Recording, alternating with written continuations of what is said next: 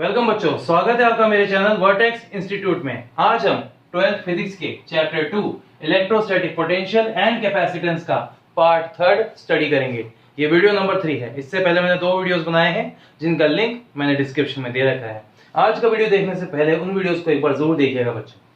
तो बच्चों, अभी तक के जितने रेस्पॉन्स मुझे मिले हैं मेरे वीडियोस के लिए बहुत अच्छा आया है। काफी हद तक कमेंट सेक्शन बंद कर दिया है बिकॉज इसलिए कि मैं फालतू चीजों पे ध्यान नहीं देना चाहता। मैं सिर्फ कोर्स पे ध्यान देना चाहता हूँ इस समय। वो जरूरी है, बच्चे भी क्या करें, कोर्स पे ही ध्यान दें। देखो, किसी की बड़ाई मांगना, किसी की जैसे बुराई करना, ये दोनों बातें नहीं चाहिए। अपने को सिर्फ एक चीज पे फोकस करना है, वो है कोर्स निपटाना। ठीक है ना। 12th का कोर्स अच्छे से डिटेल में हर कोई नहीं कराता, इसलिए मैंने ये वीडियो स्पेशली बनाया ताकि उन सारी चीजों को डिटेल में बताया जाए। साथ ही साथ हर चीज के एप्लीकेशन का एक यूट्यूब वीडियो भी मैं अपने लिंक में, जाहिर सी बात है, डिस्क्रिप्शन में दूंगा, जिससे आपको उसे पढ़ने में आसानी होगी और समझने में आसानी होगी। ठीक है बच्चों, तो अब ज्यादा टाइम वेस्ट ना करते हुए आज के टॉपिक पे ध्यान देते हैं। सबसे पहला टॉपिक है electric potential energy. Electric potential energy पहले हम पढ़ चुके हैं इलेक्ट्रिक पोटेंशियल के बारे में, ठीक है कि नहीं, उसके वर्क के बारे में। अब उसकी एनर्जी के बारे में पढ़ेंगे। इस चीज में एक बार ध्यान रखना बच्चों, काइनेटिक एनर्जी चेंज नहीं होनी चाहिए। ये एक सबसे बड़ी की है, ये सबसे बड़ा टॉपिक है। ओके, इलेक्ट्रिक पोटेंशियल एनर्जी का ज्यादातर यूज नीट, आईआईटी वगैरह के क्वेश्चंस में होता है। ठीक है, इसलिए इससे रिलेटेड अच्छी से इसे समझ लीजिएगा सारे टॉपिक्स। नेक्स्ट है इलेक्ट्रोस्टैटिक्स ऑफ कंडक्टर। ये एक थ्योरेटिकल टॉपिक है अभी तो, ठीक है, क्योंकि इसमें ज्यादा आपको डेरिवेशन पॉइंट नहीं मिलेगा, तो इसे भी लिखने का पॉइंट है ज्यादा, ओके, और समझने का। दूसरा है डाइलेक्ट्रिक एंड पोलराइजेशन। डाइलेक्ट्रिक भी रटने वाला पॉइंट है, ये इंसुलेटर्स को रिलेट करता है, ये कंडक्टर को रिलेट करता है। बस पोलराइजेशन जो है ये थोड़ा सा इंटरेस्टिंग फैक्ट है। अधिकतर लोग इसमें बहुत मिस्टेक करते हैं। मैंने कई वीडियोस देखे हैं यूट्यूब पे जिसके टीचर्स ने बहुत मिस्टेक किया, और मिस्टेक्स क्या है मैं आपको बाद में बताऊंगा। पहले हम इस टॉपिक्स को पढ़ना शुरू करते हैं। तो सबसे पहला टॉपिक जो है उसी से हम बिना टाइम वेस्ट किए आज का टॉपिक शुरू करेंगे, पढ़ना शुरू करते हैं। इसकी डेफिनेशन लिखिए बच्चों आप लोग। तो बच्चों, इलेक्ट्रिक पोटेंशियल एनर्जी, इसको समझने के लिए मैं आपको 2 डेफिनेशन लिखवाऊंगा। 2 डेफिनेशन, पर पहली डेफिनेशन तो लिखने लायक है, वो एग्जाम में आप लिख सकते हैं, ठीक है, बोर्ड में लिख सकते हैं, क्वेश्चन पेपर में आंसर के तौर पे दे सकते हैं, वो चीज है। दूसरी वाली ओरिजिनल है, जो एक्चुअली में काफी कॉम्प्लिकेटेड है। इतनी की बच्चे उसे लिखे नहीं तो ही अच्छा है, वो समझ लेंगे तो ही सही है। ठीक है ना, वो विकिपीडिया से ही रिलेटेड है, क्योंकि मेन वो इंटरनेशनल डेफिनेशन है जो जरूरी है मेन, और ये हमारी है जो हम बोर्ड में ज्यादातर रेगुलरली यूज करते हैं। देखो बच्चों, क्या होता है कि बोर्ड में लिखना वो जरूरी होता है जो हमें सीखा है। पता है क्या, हम एक्स्ट्रा कुछ इंटरनेशनल टाइप लिख देंगे ना तो वो किसी के पल्ले पड़ेगा नहीं। ठीक है कि नहीं, हर कोई इतना समझेगा नहीं, और नहीं समझेगा तो आपके बजाय नंबर देने के वो कहा टॉपर देगा कि भाई ये चीज तो मेरे समझ में नहीं आई। हाँ सही बात है, होता है, कईयों की समझ में नहीं आती है, बिकॉज मैंने देखा है कई यूट्यूब पे है ना वीडियोस देखे, उनमें बहुत मिस्टेक्स होते हुए देखी मैंने। बहुत मिस्टेक करते हैं, बहुत सारा। इसीलिए ज्यादा अच्छा ये है कि आप लोग बिना मिस्टेक्स के इसे नोट करें। और बच्चों, अगर आपको लगता है कि इनमें कहीं मिस्टेक है या नहीं है, तो आप खुद सेल्फ स्टडी करके उसे चेक करिएगा। ठीक है, बहुत जरूरी है सेल्फ स्टडी करना। अब डेफिनेशन लिखिए आप लोग। तो बच्चों, डेफिनेशन ये है, एक्चुअल डेफिनेशन जो है वो हटके है थोड़ी सी। मेन जो आपके लिखने लायक और समझने लायक डेफिनेशन है वो ये है, electric potential energy is defined as that energy, ये उस एनर्जी के बराबर है which is equal to the work done, जिस पर वर्क के बराबर होगी। Work done on unit test positive charge, मतलब यूनिट टेस्ट पॉजिटिव चार्ज पर हम जो वर्क करते हैं वो जितना एनर्जी में बदलता है उसी को इलेक्ट्रिक पोटेंशियल एनर्जी कहते हैं। अब शर्त क्या है, अगेंस्ट इलेक्ट्रिक फील्ड जो वर्क होगा वो अगेंस्ट इलेक्ट्रिक फील्ड होगा, विदाउट चेंजिंग काइनेटिक एनर्जी, जिसमें काइनेटिक एनर्जी चेंज नहीं होगी। ये है इसकी वो डेफिनेशन जो आप बोर्ड में लिख सकते हैं।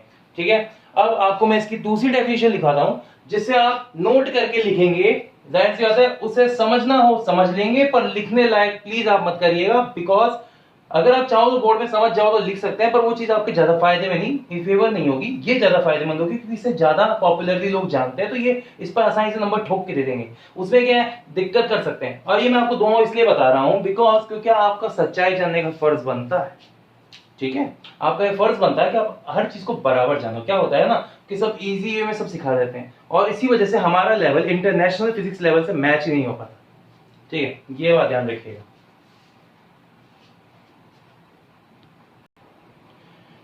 तो बेटा, ये है नोट करने वाली definition, electric potential energy is that energy, ये वो एनर्जी है which is a result of work done, ये वर्क के बराबर होती है अंडर कंजर्वेटिव फोर्सेस। कौन से को भी कूलाम फोर्सेस, इलेक्ट्रिक फोर्सेस, मतलब एक चार्ज नहीं होगा, मल्टीपल चार्जेस होंगे, और हर चार्ज के विरुद्ध एक एक कोई ना कोई कार्य हमें करना पड़ेगा, मतलब वर्क करना पड़ेगा। वही वर्क जो होगा वो टोटल वर्क कहलाएगा, और टोटल वर्क का जो इक्विवेलेंस होगा वो होगा इलेक्ट्रिक पोटेंशियल एनर्जी, क्योंकि इसमें एसोसिएट होता है with the configuration of charges. मतलब एक चार्ज में मल्टीपल चार्जेस होते हैं, वो अपना कॉन्फ़िगरेशन यानी कि जिस तरीके से वो अरेंज हुए हैं उनके हिसाब से पोटेंशियल एनर्जी डिसाइड होती है of a particular set in a well defined system. मतलब एक अच्छे और वेल डिफाइंड सिस्टम जिसमें मल्टीपल ऑफ चार्जेस रखे हुए हैं इन द पर्टिकुलर पोजीशंस, उन सब के इंटर रिलेटेड एनर्जीज का सम ही इलेक्ट्रिक पोटेंशियल एनर्जी होता है। क्या करते हैं हम इजी डेफिनेशन के लिए सिंगल चार्ज अटेन करते हैं, उसके साथ एक दूसरा चार्ज मान लेते हैं ज्यादा, पर मल्टीपल चार्ज 1000-1200 चार्ज हो तो तब जाके हम उसके बारे में कोई डेफिनेशन प्रॉपर्ली नहीं देते। ऐसी प्रॉपर डेफिनेशंस ना दे पाने की वजह से बच्चों होता क्या है कि हम इसके एक्चुअल डेफिनेशन से बेरुख रह जाते हैं। तो बच्चों ये सिर्फ डेफिनेशन नोट करने के लिए है, लिखने के लिए नहीं है, ठीक है।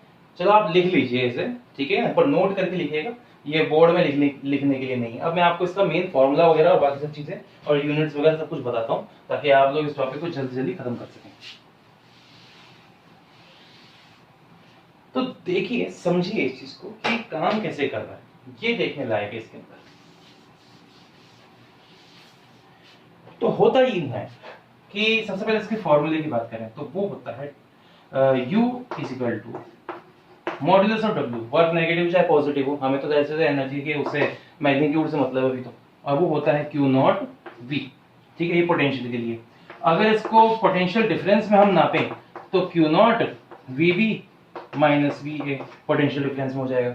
अब इसकी यूनिट की बात करते हैं तो इलेक्ट्रिक पोटेंशियल एनर्जी एक तरीके की एनर्जी है, एनर्जी का यूनिट हमेशा जूल होता है, ये तो सभी को पता है। तो मैंने क्या अलग लिखा है, बच्चे क्या करते हैं इसमें कूलाम इनटू वोल्ट CV लिख देते हैं, जो कि ये गलत है, ऐसे नहीं लिखनी चाहिए बच्चों।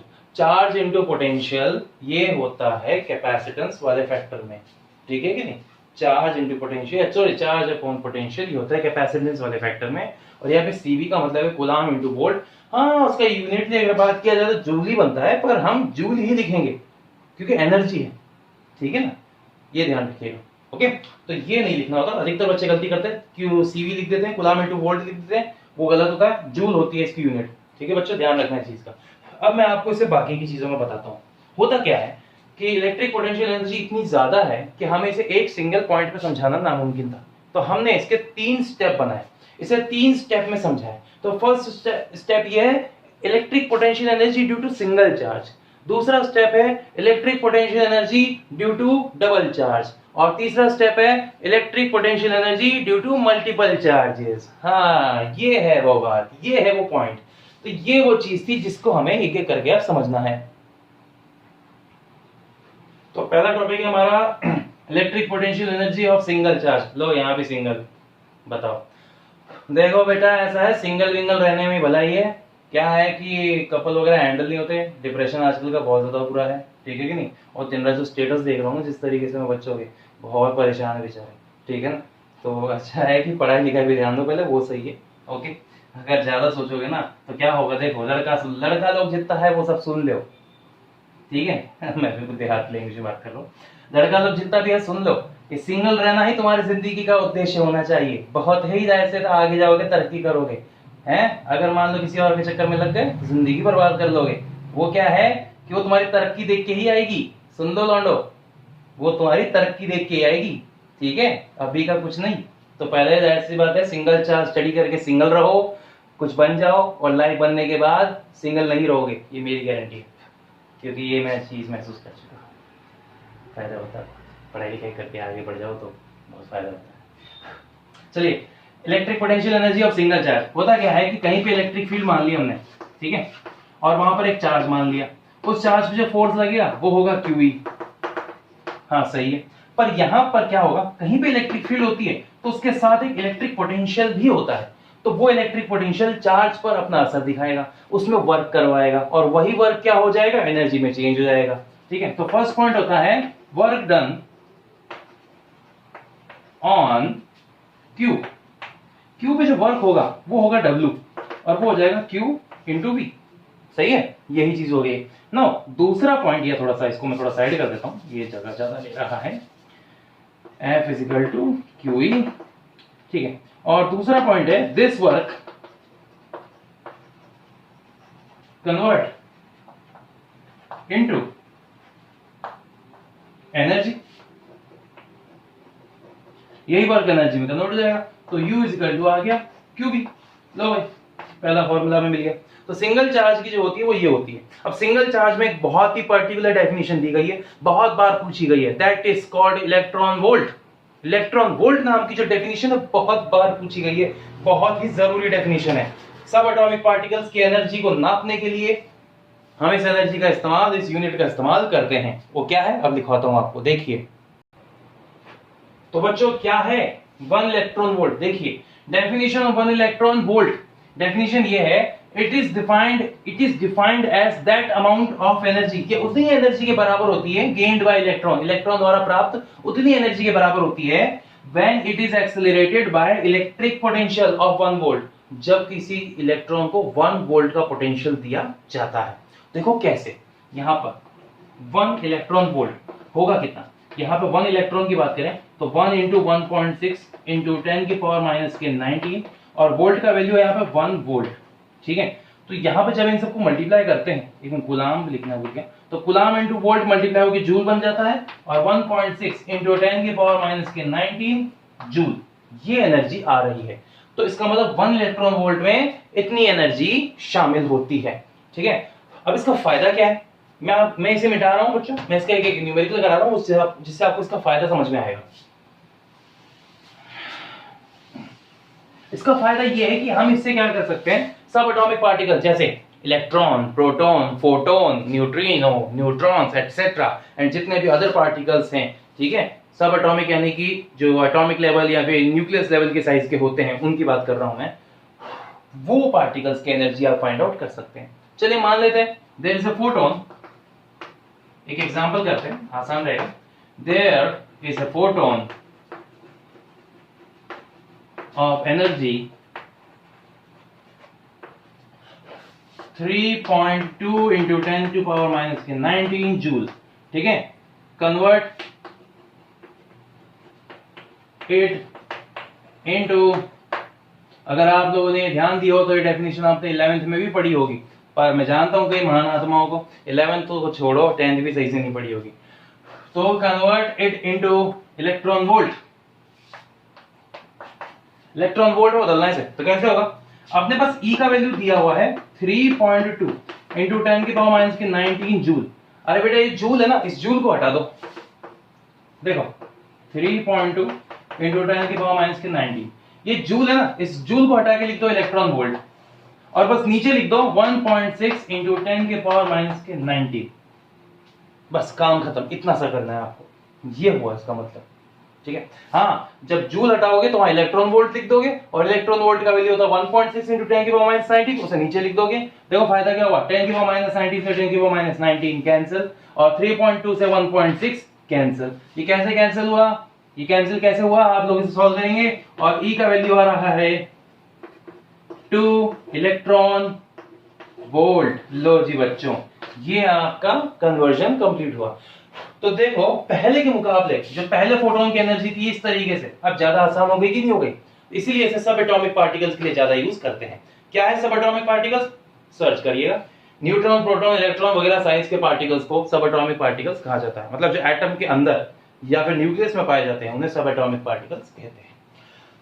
ओके ना, अब दूसरा पॉइंट आता है बी पॉइंट, उसके अंदर हम क्या करेंगे, डबल चार्ज, यानी कि सिंगल से अब डबल हो गए। देखो मैंने कहा था ना तरक्की होती रहेगी तो फायदा होगा, सिंगल नहीं रहोगे, थोड़ा सा तरक्की का ही दे रहे बस, और जिसको अभी मजे लेने हैं वो बाद में सजा पाएगा, ध्यान रख लेना, ये मत करना मेरी जिंदगी है। हमने भी ऐसा नहीं है, देखो शक्ति अपने समय के साथ खुद बरतनी चाहिए, यही मैच्योरिटी, अपनी शक्ति अपने हाथ में। तो भी तो देखो अगला टॉपिक है electric potential energy between two, यानी डबल चार्जेस। देखो सिंगल से डबल हो गए, तरक्की हुई, मैंने कहा था ना आप लोगों को। देखो क्या है कि अभी एट दिस एज, ठीक है, इंटरेस्ट रहता है सभी का, ठीक है, मैं मानता हूँ, बट बच्चों इन सब चीज़ों को अभी थोड़ी बहुत के लिए कंट्रोल करो, अपनी मेच्योरिटी डेवलप करो, सिंगल से डबल होना सीखो, मतलब तरक्की करना सीखो, फिर डबल हो, और जब डबल हो जाओगे तब तो मल्टीपल होने की कोई देर ही नहीं है। तो इसीलिए इन बातों को आप समझ के चलिएगा। Electric potential energy between two यानी कि डबल चार्जेस के बीच में कैसे मैं समझाता हूं। यहां पर एक चार्ज रखा है Q1 और यहां पर एक चार्ज रखा है Q2। तो Q1 क्या कर रहा है, Q2 पर फोर्स लगा रहा है, ठीक है, सही बात है, Q2 भी Q1 पे फोर्स लगाएगा। इनके बीच का डिस्टेंस हमने R मान लिया। अब क्या Q1 एक काम करता है, Q1 Q2 पर एक पोटेंशियल भी डेवलप करता है, Q1 Q2 पर एक पोटेंशियल भी डेवलप करता है V1। यस, ऐसे ही Q2 भी क्या करेगा, Q1 पे पोटेंशियल डेवलप करेगा V2 पर। अभी हम क्या करेंगे, V1 पर ही ध्यान देके काम करेंगे और Q1 पर ध्यान देके काम करेंगे। इन दोनों को अभी एक तरीके से रिलीज करेंगे। तो जो वर्क होगा वो होगा Q2 पे, किसकी वजह से, V1 की वजह से। तो यहां पे first point, work done on Q2 by V1। ये V1 Q2 वगैरह सब लिखाने की जरूरत नहीं है, वरना बहुत ज्यादा हो जाएगा। तो यहां पर आता है U equal to Q2 V1। एक मिनट, ये W आ गया, सॉरी। तो यही अब पोटेंशियल एनर्जी में कन्वर्ट होगा। उससे पहले मैं क्या करूंगा, इसको इक्वेशन नंबर 1 मान लूंगा। तो बेटा यहां तक की तो बात आप लोगों को समझ में आ गई होगी, बड़ा इजी था। अब इसके आगे क्या हो रहा है वो देखिए आप लोग।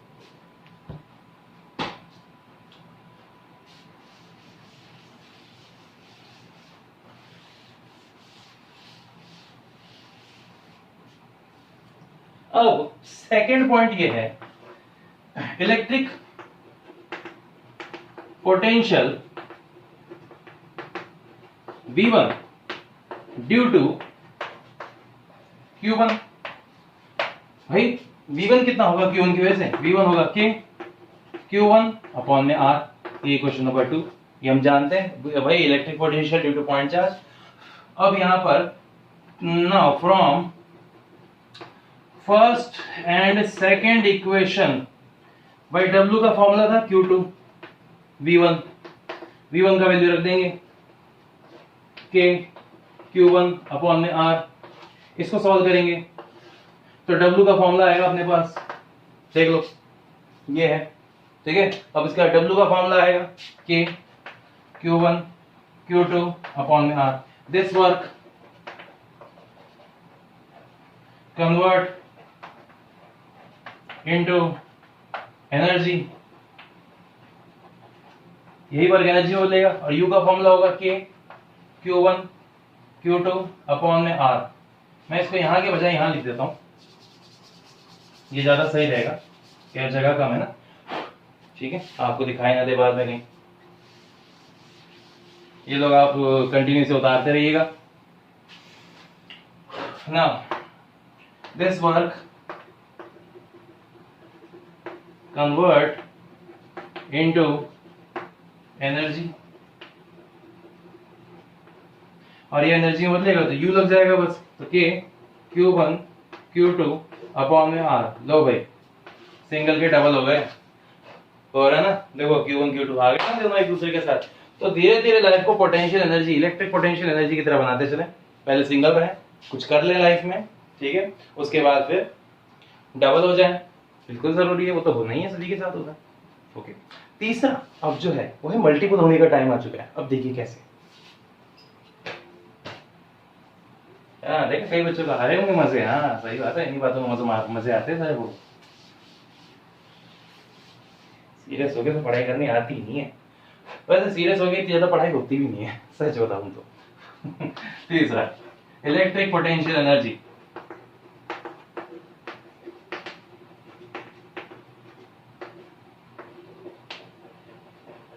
ड्यू टू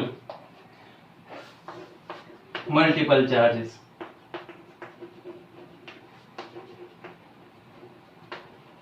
मल्टीपल चार्जेस, ठीक है, यानी कि ग्रुप ऑफ चार्जेस।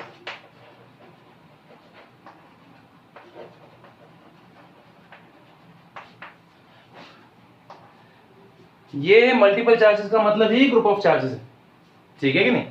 बाद में आप लोग बोलोगे कि रंजित सर ने बताया नहीं, रंजित सर ने बताया था, ठीक है। तो इसकी शुरुआत करने के लिए मैं सबसे छोटे एग्जांपल से शुरू करूंगा, जिसे हम थ्री चार्जेस सिस्टम कहते हैं, यानी कि three charge system Q1 Q2 and it is Q3। तो पहले जो डिस्टेंस है वो है R12, दूसरे का डिस्टेंस है R23, और तीसरा जो डिस्टेंस है वो है r31। हाँ ठीक है, कोई वेक्टर नोटेशन की जरूरत नहीं है, सिंपल ही काफी है इसमें। तो होता ये है कि इसकी एनर्जी 1 2 की एनर्जी होगी, 2 3 की एनर्जी होगी और 3 1 की भी एनर्जी होगी। तो इसका मतलब जो टोटल एनर्जी है वो होगी यू नेट। और वो जो एनर्जी होगी वो इन तीनों का सम होगी, U12 plus U23 plus U31।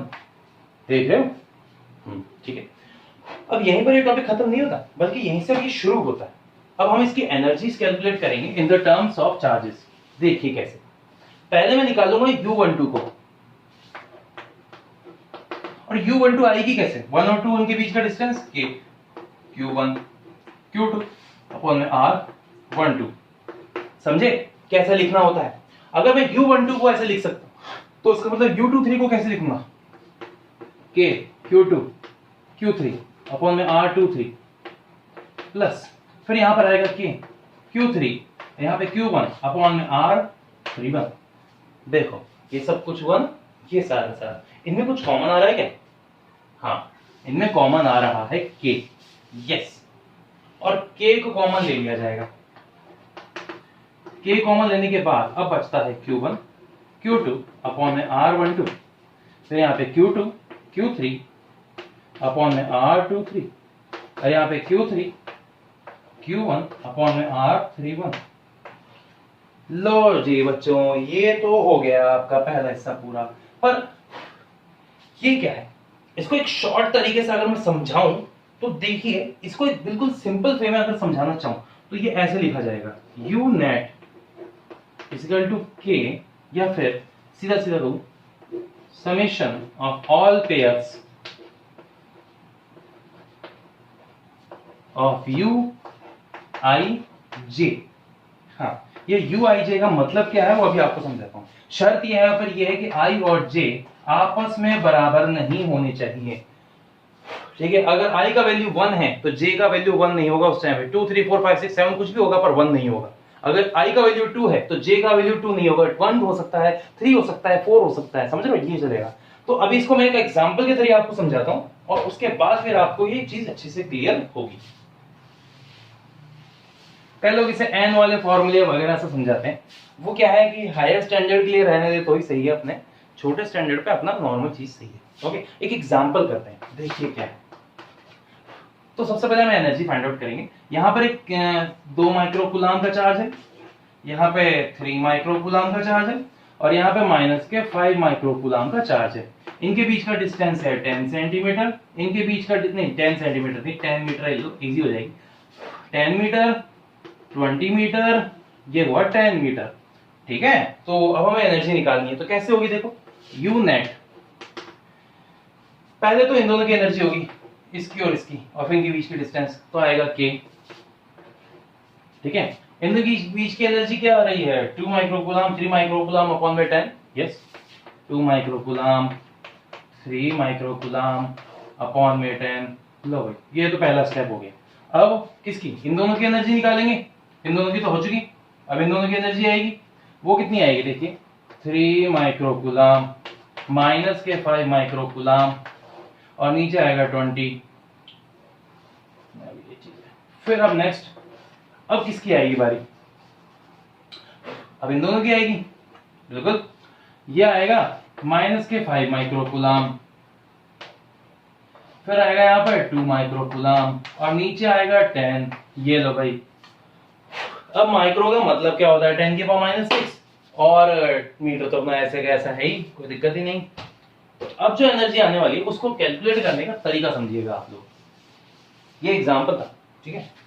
अब कैलकुलेशन कैसे होने वाली है वो देखिए आप। U net is equal to, K को बाहर ही रहने दो, अभी के का यूज मत करो, ठीक है। 2 माइक्रो 3 माइक्रो, ये हो गया 6 × 10 की पावर -12। अब ये माइक्रो का मतलब क्या होता है? देखो, माइक्रो का मतलब होता है 10 की पावर -6, और यहाँ पे एक और माइक्रो इज इक्वल टू 10 की पावर -6। माइक्रो माइक्रो हो गया 10 की पावर -12, और नीचे कितना है? 10। ओके, प्लस माइनस, माइनस का 15 × 10 की पावर -12 अपॉन में 20। फिर आएगा यहाँ पे प्लस माइनस, माइनस का 10 × 10 की पावर -20 अपॉन में 10। सॉरी 12। तो 10 की पावर -12 तो ले लो कॉमन और फिर बाकी बोल रहे तो सॉल्व इजी। ठीक है, देखो कैसे समझते जाओ और सॉल्व करते जाओ, इजी हो जाएगा। ठीक, यहाँ पे 6/10 0.6, ठीक है। 15/20 ये क्या हो जाएगा, ये हो जाएगा यहाँ पर 7.5 माइनस का 7.5। अब 10/10 हो जाएगा -1 और ये 10 की पावर -12। अब k का वैल्यू लिख सकते हैं 9 इंटू 10 की पावर 9 इंटू भाई 0.6 माइनस का ये माइनस का वो, तो ये माइनस के हो गए। इसके आंसर आएगा, देखिए आप लोग, तो सॉल्व करते हैं 7.9। हाँ ठीक है, हाँ 7.9 इंटू 10 के पावर -12। अब 9 को 7.9 से मल्टीप्लाई कर दो और ये 10 के पावर -12 से सॉल्व करेंगे। तो इसका सॉल्यूशन आता है at last in the final, ये होता है 71.1 इंटू 10 की पावर -3 जूल। तो भाई इस सिस्टम की जो एनर्जी हो रही है वो ये आ रही है, ये इसका सॉल्यूशन हो गया। अगर मैं 4 चार्ज का सिस्टम लेता तो चार्ज 4, अगर मैंने मान लीजिए एक और एग्जांपल लेता हूं जिसके अंदर मैं 4 चार्जेस यानी कि 4 चार्ज लूंगा, क्यू क्यू क्यू और ये क्यू, और ये मैंने रख दिया डायगोनल पे ऑफ द स्क्वायर, तो ये आर ये आर ये आर ये आर, तो इनके बीच का भी तो एनर्जी होगा इन दोनों का, और इन दोनों के बीच की भी तो एनर्जी होगी, वो होगी आर, हाँ r√2, और ये हो जाएगी r√2। Diagonal of the square is r√2, ये याद रखना बच्चों। तो पहली एनर्जी तो इन दोनों की होगी, फिर दूसरी एनर्जी इन दोनों की, फिर तीसरी इन दोनों की, और चौथी इन दोनों की। फिर जो होगी ना नेक्स्ट, वो यहां से लेकर यहां तक, ये फिर जो होगी ना नेक्स्ट वो यहां से लेकर यहां, तो इतना होता है टोटल 6 एनर्जीज हो गई। देखो कैसे, u net is equal to u1 plus u2 plus u3 plus u4, ठीक है ना, u5 प्लस u6। तो फर्स्ट सेकंड थर्ड फोर्थ तो साइड्स की एनर्जी हुई, और 5 और 6 हो गई डायगोनल की एनर्जी, समझे इस तरीके से ना। अब इसकी एनर्जी को कैलकुलेट करूंगा तो k q² r प्लस यहां भी वही k q² r चाहे होगी,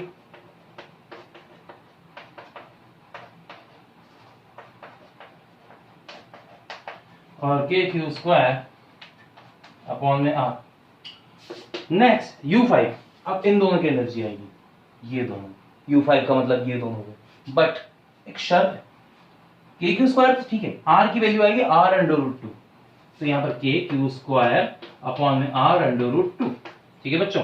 और ऐसे इन दोनों की भी एनर्जी होगी, k q²r/√2। तो देखो 1 2 3 4, ये तो 4 बार हो गए, ठीक है, और वो नीचे 2 बार हो गए।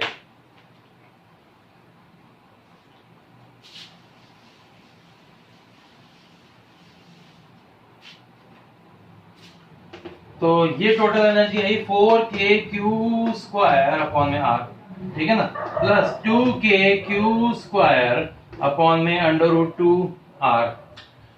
कॉमन आ रहा है k q²/r, और इसके बचेगा यहाँ पर 4 प्लस 2/√2। ये इसका सॉल्यूशन हो चुका है, ये इसका आंसर आ गया।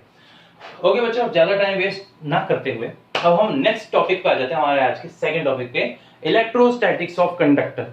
ये पूरा थ्योरी पोर्शन होता है, इसलिए इसको सिर्फ समझना है और लिखना भी।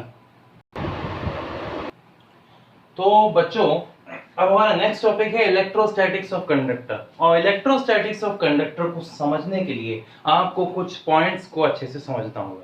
उसमें पहला पॉइंट है ये, देखिए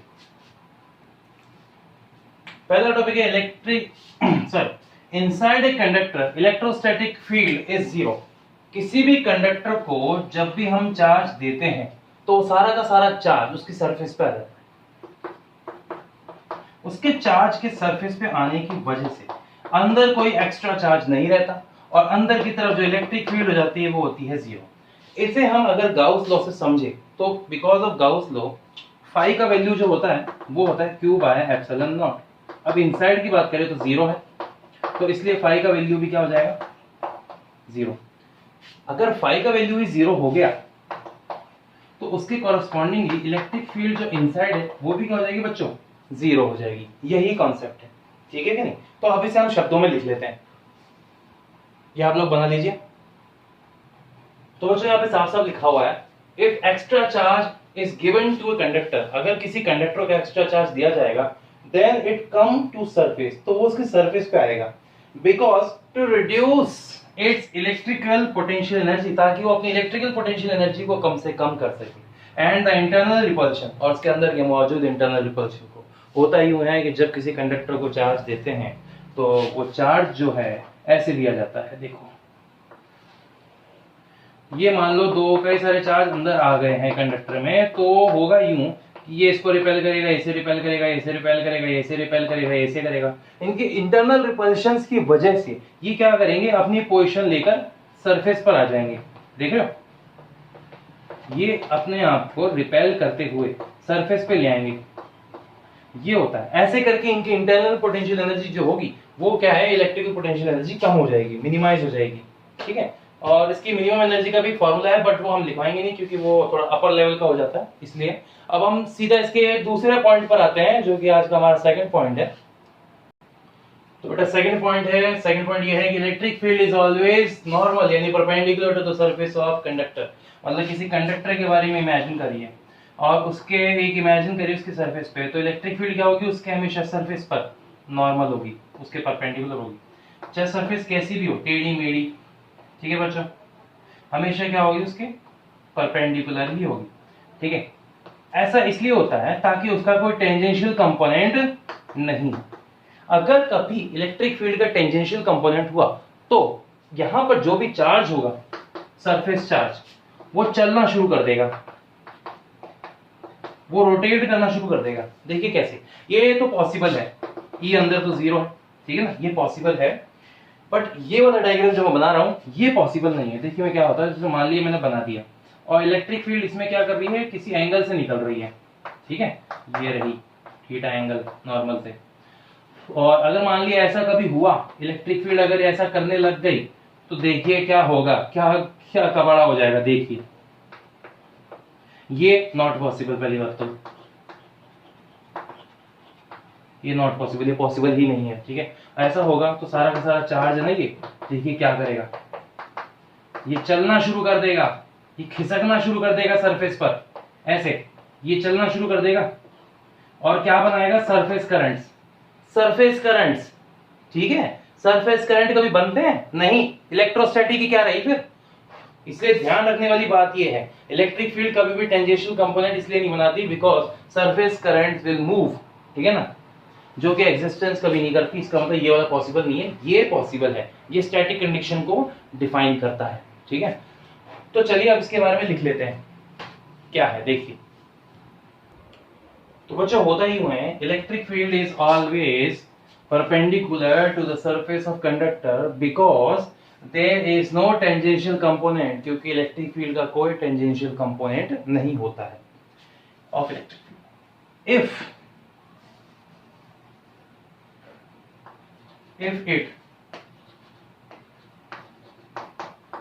if its electric field exists, because if a tangential component exists, there produce a surface current which is not possible। अगर इलेक्ट्रिक फील्ड का टेंजेंशियल कंपोनेंट होता, ठीक है क्या नहीं, इसको मिटा देता हूं ना, इस जरूरत नहीं, ठीक है, ऑफ सही था पहले, ऑफ इलेक्ट्रिक फील्ड। अगर इलेक्ट्रिक फील्ड का कोई टेंजेंशियल कंपोनेंट होता तो उसकी वजह से सरफेस करंट्स बनते, सरफेस पे मौजूद चार्ज घूमना शुरू कर देते, उसके चारों ओर रिवॉल्व करते, उसके चारों ओर घूमते, ठीक है, जो कि पॉसिबल नहीं है रियल लाइफ में, तो ठीक है, इसी वजह से ये चीज मुमकिन नहीं होती। ओके बच्चों, अब इसके तीसरे पॉइंट पे आते हैं। बेटा अगला पॉइंट ये है, electric potential is constant through out the volume of conductor. एक कंडक्टर में जितना भी वॉल्यूम होता है, यानी जितना भी उसका बाउंड्री होता है, वहां तक उसका इलेक्ट्रिक पोटेंशियल हमेशा कांस्टेंट ही रहता है। ऐसा क्यों होता है, व्हाट इज द रीजन, देखो सिंपल सा मीनिंग है, ठीक है। V इज टू होता है इंटीग्रेशन E डॉट dr, ठीक है, ये चीज। ओके, अब यहां पर हम बात करें, इसका इंटीग्रेशन A से लेके B तक हम मानते हैं, पर अगर मैं इसकी बात करूं तो इसको अगर मैं डिफरेंशिएशन फॉर्म में कन्वर्ट करूं वापस से, तो माइनस का A डॉट dr dv हो जाता है। ठीक है ना। तो if E I is equal to zero, मतलब जो इलेक्ट्रिक फील्ड है उसे हम जीरो करें तो डीवी का वैल्यू कितना हो जाएगा, जीरो हो जाएगा। और डीवी का वैल्यू अगर जीरो है तो इसका सीधा सीधा मतलब है कि वी क्या है, एक कांस्टेंट है। अब इलेक्ट्रिक फील्ड ऑफ इनसाइड कहां से कहां तक बिलोंग करती है, सरफेस से लेकर उसके सेंटर पॉइंट तक, मतलब पूरे उसके वॉल्यूम में, ठीक है ना, थ्रू आउट वॉल्यूम। अभी आप ये चीज पढ़ रहे हो ना तो ऐसा लग रहा है बोरिंग सा, पर यही चीज आपको है ना जब आईआईटी वगैरह से कितने बड़े बड़े क्वेश्चंस और कंपटीशन में क्लियर करते नजर आएगा ना, तो आपको लगेगा कि वाकई में हमने कुछ चीज पढ़ी थी। ठीक है बच्चों, अब इसके बारे में लिख लेते हैं, देखिए क्या लिखना है। तो बेटा अगला पॉइंट में यही है कि the electric field inside a conductor is zero, electric field zero है, जब भी मैंने बताया था आपको, which means the electric potential is constant by the calculus method के हिसाब से, and the result of the constant potential through out the conductor. और इसी की वजह से एक ऐसा रिजल्ट मिलता है जिससे हमें ये पता चल रहा है कि कांस्टेंट होता है इलेक्ट्रिक पोटेंशियल एक पूरे कंडक्टर में, सरफेस से लेकर सेंटर तक। ठीक है, ये चीज एक जैसा ही रहता है, ये इसके कहने का मतलब। ठीक है, अब इसके बाद नेक्स्ट पॉइंट आता है, वो देखिए आप लोग। तो बच्चों नेक्स्ट पॉइंट है electric field on the surface of charge conductor. Electric field कैसे फाइंड आउट करेंगे, वही सिंपल है, बहुत ज्यादा मुश्किल नहीं है। ये लो मान लो हमने किसी भी तरीके का कंडक्टर मान लिया और उस कंडक्टर को हमने चार्ज दिया था।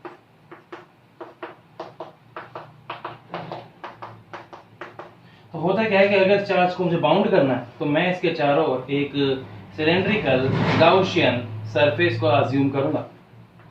ठीक है, ये रहा, बस सिंपल। यहाँ अंदर इलेक्ट्रिक फील्ड कितनी है, जीरो है, जो कि मैं आपको पहले भी करा चुका हूँ ये चीज। हाँ बिल्कुल सेम टू सेम, जितने बच्चों ने मेरे पुराने वीडियोस देखे हैं उनको ये बात समझ में आ जाएगी आसानी से।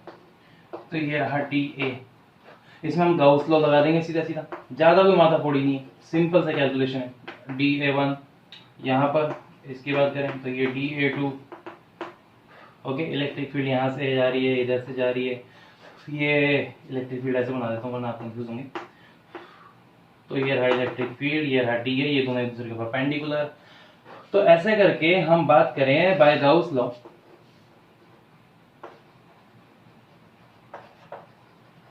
गाउस लॉ से देखिए क्या होता है, integration E dot D A, कई लोग डीएस भी लगाते हैं, कोई दिक्कत नहीं, डीए लगा लो, is equal to sigma A upon में एप्सिलॉन नॉट, ये होता है फॉर्मूला। अब हमें पता चल रहा है कि यहाँ पे अंदर की इलेक्ट्रिक फील्ड तो जीरो, हटा दो उसे, यहाँ पे जो सेकंड इलेक्ट्रिक फील्ड है वो भी जीरो हो जाएगी, बची तीसरी। तो इसका मतलब इसके जो तीन हिस्से होंगे वो उसमें से पहला हिस्सा होगा ये कि D A one cos 0 degree plus बाकी दोनों हो जाएंगे जीरो और सिग्मा ए अपॉन में एप्सिलॉन नॉट। हाँ ठीक है, मैं इसको सही से बना देता हूँ। ओके, तो अब मैं जानता हूँ आप लोगों ने डायग्राम तो बना ही दिया होगा, सब कुछ मिटा देता हूँ मैं ये और इसका सीधा सॉल्यूशन करवा देता हूँ आपको। क्या इसमें ज्यादा माथाफोड़ी वाला काम नहीं करना, अगर आप ज्यादा डिटेल में डीप में चलने की कोशिश करें ना तो होगा यूं कि हाँ आप टॉपिक से भटक जाओगे, फिर आप इजी कैलकुलेशन करने के बजाय से टफ कैलकुलेशन में बदल लोगे और अपने लिए मुसीबत करोगे। याद रखना यहाँ पर क्लोज इंटीग्रेशन ही, ठीक है, ओपन इंटीग्रेशन आएगा, ये आएगा D A is equal to sigma A upon में एप्सिलॉन नॉट, डी ए का ए हो जाता है, ये डी ए वन का, हाँ वो ए वन था, ए वन को ए मान लिया था यहाँ पर, ठीक है, तो हो गया यहाँ पर। और ये आएगा सिग्मा ए अपॉन में एप्सिलॉन नॉट, भाई ए से ए कैंसिल और ई का वैल्यू आ गया सिग्मा बाय एप्सिलॉन नॉट। तो किसी सरफेस पर इलेक्ट्रिक फील्ड अगर मैं निकालनी है कंडक्टर की तो वो होती है A is equal to sigma by epsilon naught. और अगर आपको ये वाला डेरिवेशन बहुत ही डिटेल में स्टडी करना है और अच्छे से जानना है तो फिर बच्चों आपको चैप्टर 1 के इलेक्ट्रिक चार्ज एंड फील्ड वाले चैप्टर के पार्ट 7 को स्टडी करना होगा। उसमें मैंने बहुत अच्छे से और डिटेल में से पूरा अच्छे से एक्सप्लेन किया है। ठीक है बच्चों, ओके, अब इसका जो आखिरी टॉपिक है यानी कि इलेक्ट्रोस्टैटिक्स ऑफ कंडक्टर का, वो लिखवा देता हूं। तो बेटा पांचवा पॉइंट जो है वो है इलेक्ट्रोस्टैटिक शील्डिंग। इलेक्ट्रोस्टैटिक शील्डिंग बहुत ही इंपॉर्टेंट टॉपिक, ठीक है, मैं आपको इसके बारे में लिखवा दूंगा, इसके बारे में मैं आपको इसकी थ्योरी, इसके फॉर्मूले वगैरह सब कुछ बता सकता हूँ, बट इसका जो प्रैक्टिकल एप्लीकेशन है वो बहुत इंपॉर्टेंट है। और इसका प्रैक्टिकल एप्लीकेशन का जो लिंक है वो मैंने डिस्क्रिप्शन में दे रखा है, बच्चों आप उसे जरूर देखिएगा, आपको वो चीज देखनी चाहिए, बहुत काम की है। ऐसा आप देखोगे ना, सही बता रहा हूँ, जिंदगी में इतनी इंपॉर्टेंट चीज ये चीज आप जाहिर सी बात है जिंदगी भर याद रखोगे, इलेक्ट्रोस्टैटिक शील्डिंग कितनी खतरनाक चीज है। और इसी के साथ एक और नाम जुड़ा हुआ है, वो बहुत ही फेमस नेम है, उसे बोलते हैं Faraday cage, FARADAY, Faraday cage. Okay, और फैराडे केज बहुत ही इंपॉर्टेंट टॉपिक है। फैराडे केज के बारे में आप जितना जानोगे ना उतना आपको इंटरेस्टिंग लगेगा। बोले कि हजारों वोल्ट की बिजली आपके ऊपर भी पड़ जाएगी तो भी आपको कुछ नहीं होगा। यह है फैराडे केज का टॉपिक, ठीक है। हाँ बिल्कुल इंटरेस्टिंग। चलिए इसके बारे में आपको दिखाता हूं मेन टॉपिक क्या है। तो बच्चों इसकी डेफिनेशन ये है, it is a method of protection, यानी कि ये एक सुरक्षा का तरीका है और शील्डिंग का तरीका है, मतलब सुरक्षा कवच बनाने का तरीका।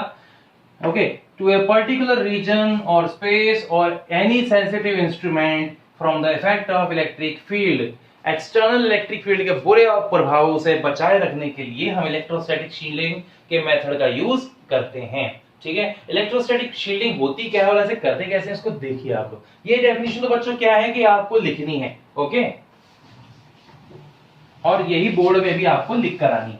अब मैं आपको इसका मतलब समझाता हूं। देखो होता क्या है कि अगर किसी कंडक्टर को हम चार्ज दे दें, देखो चलो कंडक्टर क्या है, मैं एक बहुत अच्छी चीज करता हूं। मेरे पास कोई है, आदमी है, ठीक है कि नहीं, ओके, उसको मुझे झटके से बचाना बिजली के, तो मैं क्या करूंगा, एक बक्सा बनाऊंगा, ठीक है, लोहे का, एल्यूमिनियम का, कुछ भी हो, कंडक्टर का बक्सा, और उसे चार्ज दे दूंगा। चार्ज की वजह से अंदर इलेक्ट्रिक फील्ड क्या हो जाएगी, जीरो, ठीक है। अगर कोई करंट, बिजली, झटका वगैरह कुछ भी आता है तो वो ऊपर से होकर नीचे चला जाएगा, ग्राउंड में हो जाएगा, ठीक है कि नहीं, ये ध्यान रखना। और उस आदमी को कुछ नहीं होगा, ये है इलेक्ट्रोस्टैटिक शील्डिंग। अगर आदमी की जगह मान लो मेरे पास मोबाइल है, मोबाइल के अंदर की प्लेटें हैं, मोबाइल की मदरबोर्ड है, उस मदरबोर्ड पे मौजूद सेंसिटिव इंस्ट्रूमेंट्स है, जायरोस्कोप वगैरह एक्सेट्रा, और भी बहुत सारे हैं, ठीक है। जैसे मेरा एंड्रॉइड है, यहाँ पर एंड्रॉइड रखा है, ठीक है, एंड्रॉइड, उस एंड्रॉइड को भी क्या कर सकते हैं, झटके से बचा सकते हैं। अगर एंड्रॉइड की मदरबोर्ड को हम ले यहाँ पर, तो उस पर कितने इंस्ट्रूमेंट्स होते हैं, कई चीजें जुड़ी हुई होती है ना, है कि नहीं। ये बैटरी का सेक्शन, ये मेमोरी कार्ड का सेक्शन, ये एंटीना, यहाँ पर ये, यहाँ पर वो, तो ऐसे छोटे छोटे हम क्या करते हैं, स्टील के बॉक्स बना देते हैं उसके ऊपर। उन स्टील के बॉक्स में इलेक्ट्रोस्टैटिक शील्डिंग होती है और अंदर के जो इंस्ट्रूमेंट होते हैं वो एक्सटर्नल इफेक्ट से, जो एक्सटर्नल रेडिएशन होता है या फिर और भी चीज होती है, उससे खराब नहीं होते। कभी सोचा है मेमोरी कार्ड पे इतनी प्रोटेक्शन होती है, मेमोरी कार्ड का डेटा कभी खराब नहीं होता, वो भी इलेक्ट्रिकल है ना, पर इलेक्ट्रिकल की बात करें तो वो भी इलेक्ट्रॉनिकल है, इलेक्ट्रिकल इलेक्ट्रॉनिक, ठीक है। तो वो खराब क्यों होता है, बिकॉज ऑफ इलेक्ट्रोस्टैटिक शील्डिंग की वजह से बच जाता है। आदमी बच सकता है, मैं बच सकता हूँ। अगर हम कार की बात करें, किसी कार के ऊपर बिजली का तार गिर गया है या फिर झटका लगने वाला है, आसमान से बिजली गिर रही है उसके ऊपर, आदमी मरेगा या बचेगा, बच सकता है। अगर उसे बस एक काम करना है, खुद को समेट कर बीच में बैठना है, ना इधर से टच करना, उधर से टच करना, ना ऊपर से टच करना है। लोहे पर आकर बिजली टकराएगी और वहां से ग्राउंड होते हुए, टायर से होते हुए जमीन में सारा करंट चला जाएगा। ये है, टायर भी इलेक्ट्रिकल कंडक्टर की तरह ही बनाए जाते हैं। और एक और सबसे बड़ी बात बता दूं आप लोगों को, जो एरोप्लेन के टायर होते हैं ना, वो हाईली इलेक्ट्रिकल कंडक्टिव होते हैं। टायर, हाँ सही बात है, टायर इलेक्ट्रिक कंडक्टिव होते हैं। पता है क्यों, क्योंकि जैसे है ना भाई, 2 लाख किलो का वजन जमीन पे एकदम से टकराएगा, रबड़ अगर टकराया तो क्या होगा, स्टैटिक चार्ज बनेगा, वो इतना जोरदार बनेगा, इतनी एनर्जी इकट्ठा हो जाएगी कि टायर फट जाएगा। तो उसे फटने से बचाने के लिए उसमें इलेक्ट्रिक कंडक्शन को कंडक्ट चालू कर देते हैं, जिसकी वजह से ऐसा कुछ होता है और वो फटने से बच जाता है। ये बहुत सारी बातें हैं ना, अभी आपको एक एक्स्ट्रा वीडियो में पता लग जाएगी, जो मैंने लिंक में दे रखा है, तो आप उसको जरूर देखिएगा। अब इसमें एक नोट करने वाली बात ये है, ठीक है, जो अधिकतर बच्चे मिस करते हैं, तो कृपया करके बच्चे उसे जरूर लिख लीजिए। देखिए, तो बच्चों ये है note, if a conductor is charged, अगर किसी कंडक्टर को चार्ज दिया जाए या charge are induced on neutral conductor, या उस पर क्या किया जाए, चार्ज इंड्यूस करवाया जाए by external electric field, the extra charge come on surface, तो वो सरफेस पे आ जाएगा extra charge, and the conductor cavity, और जो कंडक्टर कैविटी है is protected यानी shielded from outer electric influence, और outer electric field से वो बच जाएंगे। इसी को कहते हैं इलेक्ट्रोस्टैटिक शील्डिंग। ये है एक्चुअल डेफिनेशन, ठीक है। पर क्या है, वो पहली वाली डेफिनेशन इजी है, आप उसे लिख लीजिएगा, ये वाली थोड़ी टफ रहती है बच्चों के लिए, तो मैंने इसे लिखवा तो दिया, पर इसे ज्यादा तवज्जो देने की जरूरत नहीं है बच्चों। मेन तो यही है वैसे, पर क्या है ना, याद नहीं होती, तो वो वाली ज्यादा अच्छी है, वो वाली आप आसानी से कर पाओगे, ठीक है बच्चों। ओके, इलेक्ट्रोस्टैटिक शील्डिंग ये होता है। अब आ जाते हैं हमारे आज के थर्ड और लास्ट और मेन डाइलेक्ट्रिक एंड पोलराइजेशन वाले टॉपिक पर, देखिए उस बारे में। तो बच्चों हम बात करते हैं यहाँ पर तीसरे टॉपिक की, डाई इलेक्ट्रिक्स, एंड पोलराइजेशन। ठीक है, डाइलेक्ट्रिक्स और पोलराइजेशन क्या है? डाइलेक्ट्रिक एक तरीके के इंसुलेटर होते हैं जो इलेक्ट्रिक कंडक्शन तो नहीं कर सकते पर इलेक्ट्रिक फील्ड का फ्लो जरूर कर सकते हैं। और वो कैसे होता है वो देखिए आप। तो सबसे पहले हम इसी के बारे में समझते हैं कि आखिर ये चीजें हमें क्या समझाना चाहती हैं। सबसे पहले हम ये जानेंगे कि मटेरियल कितने टाइप के होते हैं। मटेरियल बेसिकली 3 टाइप के होते हैं। कंडक्टर, जिसके बारे में हम पढ़ चुके हैं अभी तक, ठीक है। दूसरे होते हैं इंसुलेटर, ये भी हम जान चुके हैं। तीसरा होता है इनके बीच का सेमीकंडक्टर, इसकी तो पूरी फिजिक्स ही अलग है,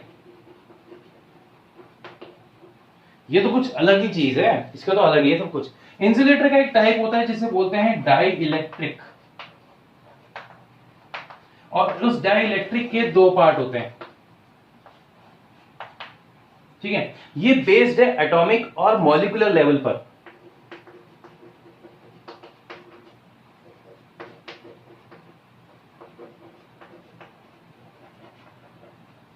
ये एटॉमिक और मॉलिक्यूलर लेवल पर जुड़ा हुआ है। कैसे, वो दिखाता हूं। जिनमें जाहिर सी बात है एटॉमिक या मॉलिक्यूलर लेवल पे नेट डाइपोल मोमेंट 0 होता है, उन्हें बोलते हैं नॉन पोलर डाइइलेक्ट्रिक, ठीक है। और जिनमें डाइपोल मोमेंट 0 नहीं होता है, यानी कि डाइपोल मोमेंट कुछ ना कुछ होता है, उन्हें बोलते हैं पोलर डाइइलेक्ट्रिक। अब नॉन पोलर कौन से हुए? हम बात करें जैसे ऑक्सीजन, मीथेन, ठीक है कि नहीं, जैसे हम बात करें CO2, ये सारे की सारी गैस। और हाँ, हम बात करें जैसे कि मीथेन हो गई, ये प्रोटीन हो गई, नहीं प्रोपेन हो गई, और हम बात करें जैसे कि पेट्रोल वगैरह, ये सारे के सारे, ये सब होते हैं नॉन पोलर, ठीक है। और पोलर क्या होता है? पानी, HCl, hydrochloric acid, sulphuric acid, ये सारे के सारे होते हैं नॉन पोलर टाइप में। तो बच्चों डाइइलेक्ट्रिक की डेफिनेशन ये है, दोज इंसुलेटर्स, पहली बात तो इंसुलेटर्स होते हैं एक तरीके के which do not flow electric current, ये खुद में से कभी इलेक्ट्रिक करंट को फ्लो होने नहीं देंगे, याद रखना, but can flow electric field, पर इलेक्ट्रिक फील्ड को अपने में से गुजरने जरूर देंगे। And can be polarised in an external electric field, और जो आसानी से पोलराइज हो सकते हैं इलेक्ट्रिक फील्ड में, ठीक है ना, कॉल्ड डाइइलेक्ट्रिक मटेरियल, उन्हें डाइइलेक्ट्रिक मटेरियल कहते हैं। होता क्या है, कांच भी एक तरीके का इंसुलेटर, उसे पोलराइजेशन करेंगे तो आसानी से पोलराइज नहीं होता, बल्कि एक तरीके से ना के बराबर ही होता है, इतना कम कि ये समझ लीजिए कि हम उससे ना के बराबर ही मानते हैं, ठीक है कि नहीं।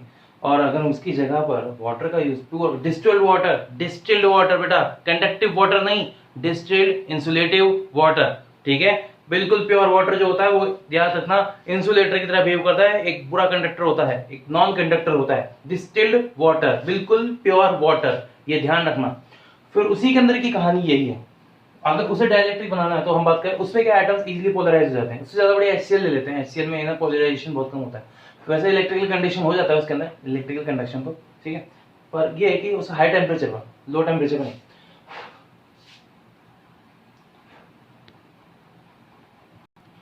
बेटा अगली डेफिनेशन है नॉन पोलर डाइइलेक्ट्रिक की। तो बेटा इसकी डेफिनेशन ये है, व्हेन एन एटम और मॉलिक्यूल हैज सेम सेंटर, मतलब जब 2 सेंटर सेम होंगे, पहला किसका, positive charge cloud and negative charge cloud, जब पॉजिटिव चार्ज क्लाउड और नेगेटिव चार्ज क्लाउड का सेंटर जो है वो सेम होता है, कॉल्ड नॉन पोलर एटम या मॉलिक्यूल, नॉन पोलर एटम या मॉलिक्यूल कहते हैं। And the material made of these atoms और मॉलिक्यूल, और जो मटेरियल इन इस तरीके के एटम या मॉलिक्यूल से बना होता है उन्हें नॉन पोलर डाइइलेक्ट्रिक मटेरियल कहा जाता है, ठीक है बच्चों। अब ये ऐसे क्या है इसके बारे में आपको समझाता हूँ, इसकी डेफिनेशन तो आप लिख ली पर उसका मीनिंग समझाता हूँ आपको। ये नेगेटिव क्लाउड, ये पॉजिटिव क्लाउड का क्या मतलब है वो समझाता हूँ, देखो। चलो हम इमेजिन करते हैं हीलियम के बारे में। हीलियम को आप सभी जानते हैं, हीलियम, उसमें कितने इलेक्ट्रॉन होते हैं? 2 इलेक्ट्रॉन होते हैं, और बीच में क्या होता है? न्यूक्लियस होता है, ठीक है।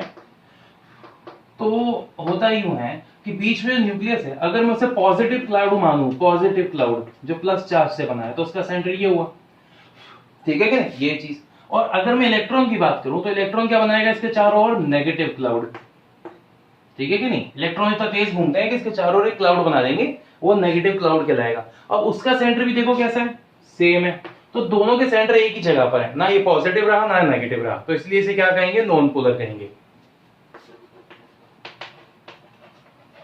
नॉन पोलर एटम, ये हुआ नॉन पोलर एटम। अब मैं आपको एक और चीज बताता हूं, ये तो हीलियम के बारे में मैंने आपको समझाया था, ऐसे ही नियॉन होता है, आर्गन होता है, इनर्ट गैसेस जो है वो इस कैटेगरी में आते हैं। और अगर मैं आपको इसके मॉलिक्यूल के बारे में बताऊं तो देखो ये होता है, मीथेन के बारे में आप सब ने पढ़ा, ठीक है। मीथेन में इंड्यूस्ड डायपोल्स होते हैं, एक रेगुलर डायपोल्स होते हैं, देखिए कैसे होता है, ये इधर नेगेटिव टू पॉजिटिव इस तरीके से होते हैं चारों के चारों। अब इसका जो है ये आउटर साइड तो बेटा पॉजिटिव स्फीयर की तरह काम कर रहा है, और इसका इंटरनल कार्बन साइड है ना जो, वो नेगेटिव स्फीयर की तरह काम कर रहा है, और दोनों का सेंटर एक ही जगह हो गया। दूसरी बात, इसका मोमेंट इसे कैंसिल कर देगा, इसका मोमेंट इसे कैंसिल कर देगा, तो इसी वजह से नेट डायपोल मोमेंट जो हुआ पी नेट, वो कितना हो गया, 0 हो गया ना। तो इसलिए इन्हें भी क्या कहेंगे, नॉन पोलर बट मॉलिक्यूल कहेंगे, नहीं क्या कहेंगे, मॉलिक्यूल, जिनका नेट डायपोल मोमेंट 0 होता है, ठीक है कि नहीं। ठीक है, अब क्या नॉन पोलर पोलर में बदल सकते हैं, जी हाँ, नॉन पोलर पोलर में बदल सकते हैं। अभी तक जितना भी मैंने आपको सेटअप बनाया, इसमें एक्सटर्नल इलेक्ट्रिक फील्ड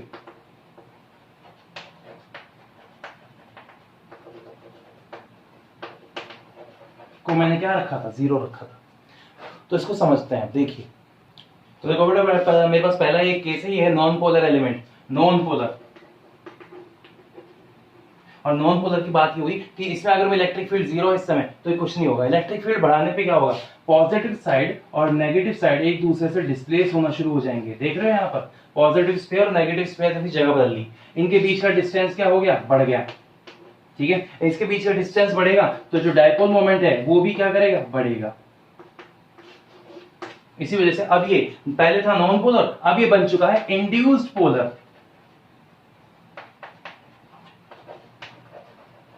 अगर मैं इसके पूरे डाइलेक्ट्रिक मटेरियल की बात करूं तो देखो क्या होगा।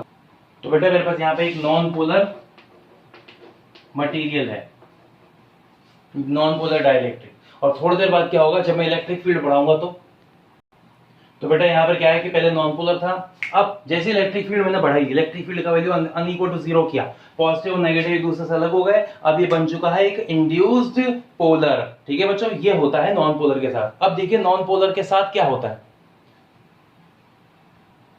तो बच्चों होता ही है नॉन पोलर डाइलेक्ट्रिक में, when the centres of positive charge cloud and negative charge cloud is separated, जब दोनों के क्लाउड सेंटर एक दूसरे से अलग अलग हो, then such molecules have permanent dipole moment, और इनका डायपोल मोमेंट परमानेंट हो जाता है।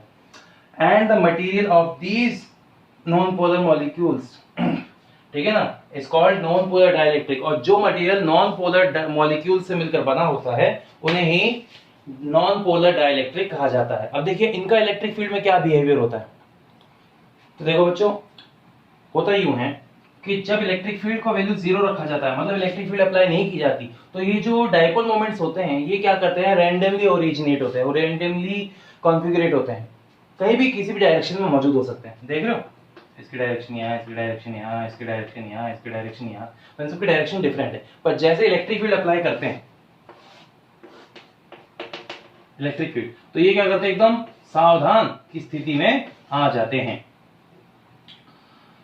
Negative positive, negative positive, negative positive, negative positive, तो इनके डायपोल मोमेंट ऐसा सीधे अलाइन होना शुरू हो जाते हैं। ये होता है इसके साथ, ठीक है, जब इलेक्ट्रिक फील्ड का वैल्यू नॉन जीरो रखा जाता है, ये चीज होती है। अब इसमें होता है ये है कि इलेक्ट्रिक फील्ड जो इधर बन रही है, ये तो है आउटर इलेक्ट्रिक फील्ड, मतलब एक्सटर्नल इलेक्ट्रिक फील्ड, और इसमें अंदर की तरफ जो इलेक्ट्रिक फील्ड बन रही है वो है ईपी, ठीक है। अब देखिए क्या होता है कि अगर मैं इसका एक बहुत ही बड़ा डायग्राम बनाऊं, इसका ज्योमेट्रिकल डायग्राम, काफी बड़ा डायग्राम बनाऊं, तो देखो वो क्या कि इलेक्ट्रिक फील्ड की वजह से इसके आउटर इलेक्ट्रिक फील्ड है, हमने मान ली E0, ठीक है। अंदर की इलेक्ट्रिक फील्ड कैसे बनेगी वो देखिए आप लोग। तो मैं क्या करूंगा, इसके इस साइड के पोर्शन को, ये जो नेगेटिव साइड का चार्ज देख रहे हैं ना, इस साइड के नेगेटिव साइड के रीजन को मैं एक नाम दे दूंगा माइनस के सिग्मा पी, पोलराइज्ड हुआ ना ये, और फिर इस वाले हिस्से को मैं दे दूंगा एक नाम प्लस के सिग्मा पी। तो ऐसे करके अगर मैं इस बीच वाले हिस्से की बात करूं तो ये क्या हो गया, टोटली न्यूट्रल, इसका तो कोई अर्थ ही नहीं हुआ, ये जीरो है। तो अगर मैं इस डायग्राम को ऐसे बना सकूं, negative negative negative negative, positive positive positive positive positive. तो एक इलेक्ट्रिक फील्ड यहाँ से यहाँ बनेगी EP और आउटर की इलेक्ट्रिक फील्ड बन रही है E0। इनकी जो नेट इलेक्ट्रिक फील्ड होगी वो होगी E0 माइनस EP। ये पहली चीज, ये हुई नेट इलेक्ट्रिक फील्ड। बच्चों इसे उतार लीजिए। तो बेटा पोलराइजेशन क्या चीज है, नेक्स्ट टॉपिक यही आता है। The net electric dipole moment in per unit volume of dielectric material is called polarisation. और उसका फॉर्मूला है P नेट अपॉन में del V, मतलब स्मॉल अमाउंट ऑफ वॉल्यूम के अंदर अगर हम लें तो उसके अंदर टोटल डायपोल मोमेंट जितने होंगे उसी को हम बोलेंगे उसका पोलराइजेशन।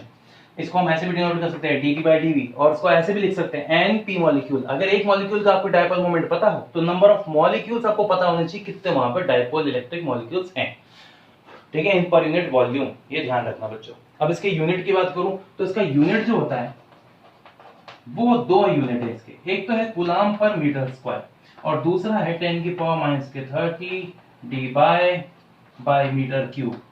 हाँ, ये D by per metre cube. Okay बेटा, relation between polarisation and electric field. तो हम जानते हैं कि जो पोलराइजेशन है, ठीक है ना, स्वेटर अभी नोटेशन जरूरत नहीं है, वो इलेक्ट्रिक फील्ड के प्रोपोर्शनल है। यहाँ पर E का वैल्यू बच्चों याद रखना E0 माइनस EP होता है, ठीक है कि नहीं, तो इस तरीके से। ओके, वैसे इसके अंदर EP भी लिख सकते हैं, EP का फॉर्मूला भी बना सकते हैं, पर वो काफी कॉम्प्लिकेटेड हो जाता है, इसलिए हम उस चीज को नहीं देख रहे। अब इस तरीके से हम लिखेंगे। तो इसका फॉर्मूला क्या है, इसी का फॉर्मूला आता है एप्सिलॉन नॉट काई E कैपिटल E। बच्चों यहाँ पर ये जो काई E मौजूद है ना, इसको बोलते हैं इलेक्ट्रिकल ससेप्टिबिलिटी। और ये जो इलेक्ट्रिकल ससेप्टिबिलिटी होती है ये मटेरियल पर डिपेंड करती है, ये बात याद रखना। ओके, अब इसके बाद नेक्स्ट चीज आती है इलेक्ट्रिकल ससेप्टिबिलिटी की डेफिनेशन। अगर मैं इस कॉम्प्लिकेटेड फॉर्म में बात करूं तो बहुत ज्यादा ही हो जाएगा, इसे डिटेल में समझाने बैठा तो बहुत ज्यादा। इसके साथ एक और वर्ड आता है लीनियर आइसोटोपिक डाइलेक्ट्रिक, जो कि काफी कॉम्प्लिकेटेड वर्ड है और ऐसे में समझाने बैठा तो बच्चों काफी ज्यादा मुश्किल हो जाएगी आपके। ये क्या है, डिटेल में आपको स्टडी करने को मिलेगा पोलराइजेशन और इलेक्ट्रिक फील्ड के रिलेशन के बारे में इन आपको BSc थर्ड ईयर में। तो इसके लिए मैं आपको कुछ इसके रिलेटेड टर्म्स है जिनके मीनिंग आपको मैं लिखवा देता हूँ। तो बेटा पहली है ना, यहाँ पर बन रही है इलेक्ट्रिकल ससेप्टिबिलिटी और इसको ऐसे डिनोट करते हैं बेटा, इसे बोलते हैं CHI काई, ठीक है ना। कई लोग इसे जाई बोलते हैं, गाई बोलते हैं, गाई बोलते हैं, पर ऐसा नहीं होता। इसका है ना सही प्रोनाउंसिएशन है CHI काई। चाय भी नहीं बोलेंगे, CHI काई। और काई E का मतलब है इलेक्ट्रिकल ससेप्टिबिलिटी, ठीक है। इसकी डेफिनेशन लिखवाता हूं। तो बच्चों इसकी डेफिनेशन है, it is defined as the ratio of polarisation यानी capital P and to the electrical field, electrical field का रेशियो है with the permittivity of vacuum, with the permittivity of vacuum epsilon naught. अब हम बात करें इनकी और इसकी यूनिट जब हम सॉल्व करते हैं तो वो यूनिट लेस आती है, तो इसका मतलब it is a unit less quantity, ठीक है बच्चों। अब यहाँ पर है ना गौर करने वाली कई बातें हैं और डिटेल में सीखने वाली इसके लिए काफी बातें हैं, जो कि हम ज्यादा अच्छे से BSc के अंदर जब आप इसके electric field due to material के बारे में जानेंगे तब आप ऐसे अच्छे से डिटेल में स्टडी कर पाएंगे। तो बच्चों आज के लेक्चर यहीं पे समाप्त होता है। वीडियो अच्छा लगा हो तो शेयर, लाइक और सब्सक्राइब करें और आज के वीडियो को देखने के लिए बहुत बहुत धन्यवाद। ऐसे और भी वीडियोस हैं जो आगे आएंगे, उनको भी देखते रहिएगा। धन्यवाद बच्चों। Have a good day, have a great career.